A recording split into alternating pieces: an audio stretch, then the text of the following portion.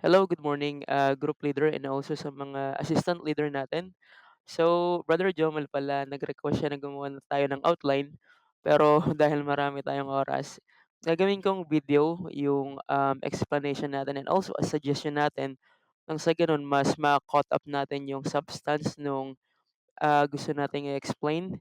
So, this video is brought to you by Brother Jovel. So, syempre wala namang ibang purpose itong video na 'to kung hindi, mag-glorify si Lord and also matulungan natin sila Pastor Danny, Brother Pao to facilitate youth camp since alam natin hindi biro yung preparation. Ilang months na silang nasa campground to upgrade 'no, yung mga infrastructure and also para mas magkaroon pa ng progression yung youth camp natin this year. So I pray that every group and assistant leader na maisapuso yung laman ng video na 'to and also siyempre, um, alam ko this year maraming mga bagong group leader 'no, mga bagong assistant leader and isang bagay na, gusto kong sabihin sa inyo na nawa'y makatulong 'tong video na 'to to give you some ideas and also to help you na mas ma-enjoy ang youth camp experience natin. Kasi alam ko hindi madali maging group leader, 'di ba? Lalabanan natin yung hiya natin and also yung mga different faces na makakasalamuha natin. Pero this video, I pray na makatulong 'to sa inyo para, makapagbigay ng, learning experience on how natin ang mga young people this youth camp. Now, our first topic is about icebreaker. Ano ba yung icebreaker? Um, di ko rin alam. Pero siyempre icebreaker, 'di ba? Minsan parang ang cold ng conversation, ang cold ng fellowship. Minsan ang kailangan mo lang is yung babasag dun sa katahimikan.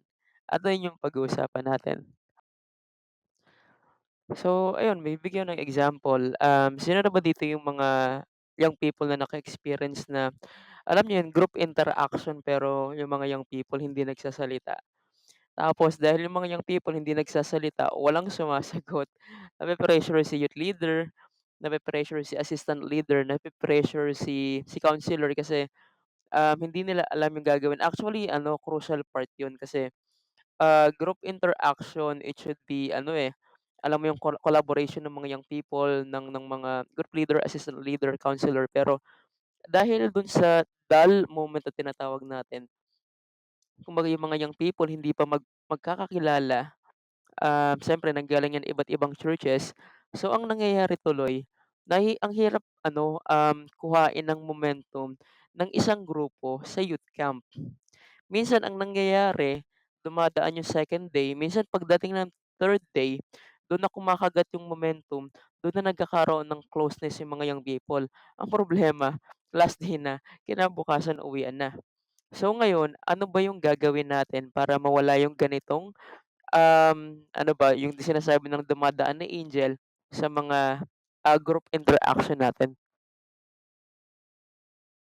At ito na nga, gusto kong i-open sa inyo yung, strategy namin dati sa mga previous camp. Sino ba dito yung nakaka-experience din, 'di ba, um, unang part ng youth camp, magkakaroon ng acquaintance and then after nung acquaintance, tatawagin na yung mga magkakagrupo and then yung mga magkakagrupo, maghahanap sila ng kanya-kanyang venue. Tapos nung nakakuha na ng kanya-kanyang venue, ano yung normal na ginagawa natin? Okey, magpapakilala isa-isa, babanggitin din yung pangalan, yung church. Actually, kung matatandaan ninyo ha, minsan this kind of introduction, magbibigay ka ng pangalan, ng church kung saan ka nanggaling. Actually, medyo tahimik siyang part kung maaalala ninyo. And then, ay gano'n lang yung nangyayari, papaikot lang and then after banggitin yung pangalan, yung age, pupunta ng night service tapos group interaction. Pero ano, wala pang gano'ng collaboration talaga nangyayari kasi, nagpapakilala lang. So, ito yung ginawa namin sa isa sa mga camp meeting dati sa Bulacan. Ang ginawa namin, yung pag-i-introduce ng mga young people, hinaluan na namin ng game. Ngayon, bakit ba kailangan natin kaagad magpa-game sa first meet-up ng mga magkakagrupo? Kung iisipin natin, okey naman na yung magpakilala sila, eh, pero imagine, 50 to 60 young people magpapakilala, bibigay yung, kung saang churches sila, 'di naman nila lahat mame-memorize agad yun, and then kung dun lang natin tatapusin yung first, meet-up natin, masyado siyang tahimik. And imagine that first meet-up, doon manggagaling yung first impression ng mga young people doon sa grupo nila, and alam natin, yung impression na yun magla-last yun up until matapos yung youth camp, eh. So imagine meron tayong mga first timer, 'di ba? And then imagine, hindi nila alam kung papaano makikipag-interact dun sa grupo. Pero kung mag-i-start tayo na nag-e-enjoy na ang mga grupo, magpapa-game na kaagad tayo, imagine the enjoyment. That enjoyment ang gagamitin natin para makapagbigay ng first impression sa mga young people, and that impression, mame-make sure natin na magla-last yun hanggang matapos ang youth camp. And then that first impression of enjoyment ay hindi yung sorry, sorry. Ayun din yung gagamitin natin para kuhain yung momentum ng enjoyment from the first meetup up until the last day ng youth camp. Now this is the last part. Ibigay ko sa inyo yung mechanics ng game, pero kung meron kayong naisip na game na puwedeng ipalaro niyo sa crowd ng gano'ng karaming people, okey din. Pero, what I suggest is this kind of game na nilaro namin dati. So, madali lang siya. Unang-una niyong gagawin, ise-separate ninyo yung brothers sa mga sisters. So, team one will be, the brothers, and then the team two will be for the sisters. Bakit natin siya sineparate? Kasi para magkaroon lang ng competitiveness yung bawat grupo. Kumbaga hindi naman pagalingan, pero para lang makapagbigay tayo ng thrill. So, brothers and sisters yung magiging magkalaban. Ganito ang mechanics ng game. Una, i-explain niyo sa kanila na kailangan, lahat ng sisters magpapakilala sila individually, pangalan lang talaga, as in first name lang yung babanggitin nila. Nakapila sila, babanggitin pangalan. After nun, mga brothers naman, papakilala isa-isa, as in mabilisan lang. Ngayon 'pag nabanggit na nila yung pangalan nila isa-isa, dun na mag-i-start yung game.